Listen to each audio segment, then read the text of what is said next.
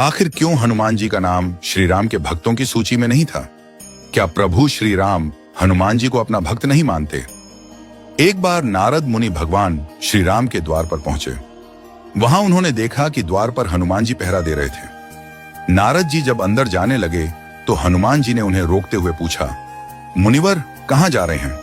नारद जी बोले, मैं प्रभु से मिलने आया हूं। इस समय प्रभु क्या कर रहे हैं? हनुमान जी बोले, पता नहीं, पर कुछ बही खाते का काम कर रहे हैं। नारद मुनि जब अंदर गए तो देखा कि प्रभु श्री राम कुछ लिख रहे थे।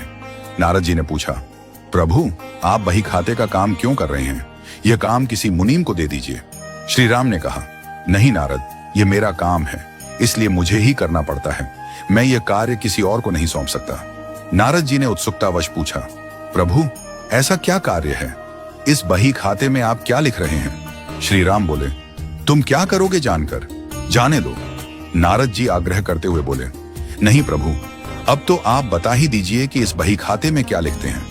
प्रभु श्री राम ने कहा, नारद, मैं इस बही खाते में रोजाना उन भक्तों की हाजिरी लगाता हूं जो हर पल मेरा नाम भजते हैं। यह सुनकर नारद मुनि को अपनी हाजिरी देखने की उत्सुकता हुई।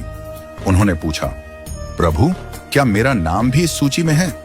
जब प्रभु श्री राम ने बही खाता नारद जी को दिखाया तो उन्होंने देखा कि उनका नाम सबसे ऊपर था। यह देखकर नारद मुनि बहुत प्रसन्न हुए कि प्रभु उन्हें अपना सबसे बड़ा भक्त मानते हैं। लेकिन उन्होंने देखा कि उस बही खाते में हनुमान जी का नाम नहीं था।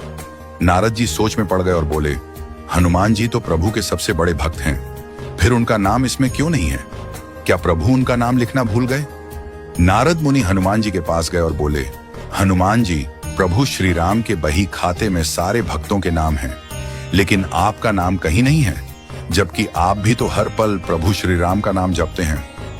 हनुमान जी मुस्कुराए और बोले, मुनिवर नाम जरूर होगा, आपने शायद ठीक से नहीं देखा होगा।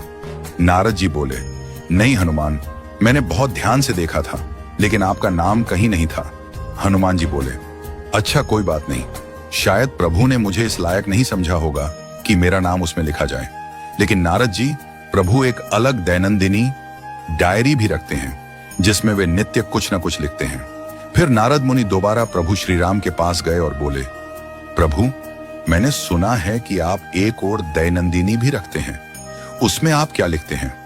श्री राम मुस्कुराते हुए बोले, हाँ नारद, मैं रखता हूं, लेकिन वह तुम्हारे काम की नहीं है।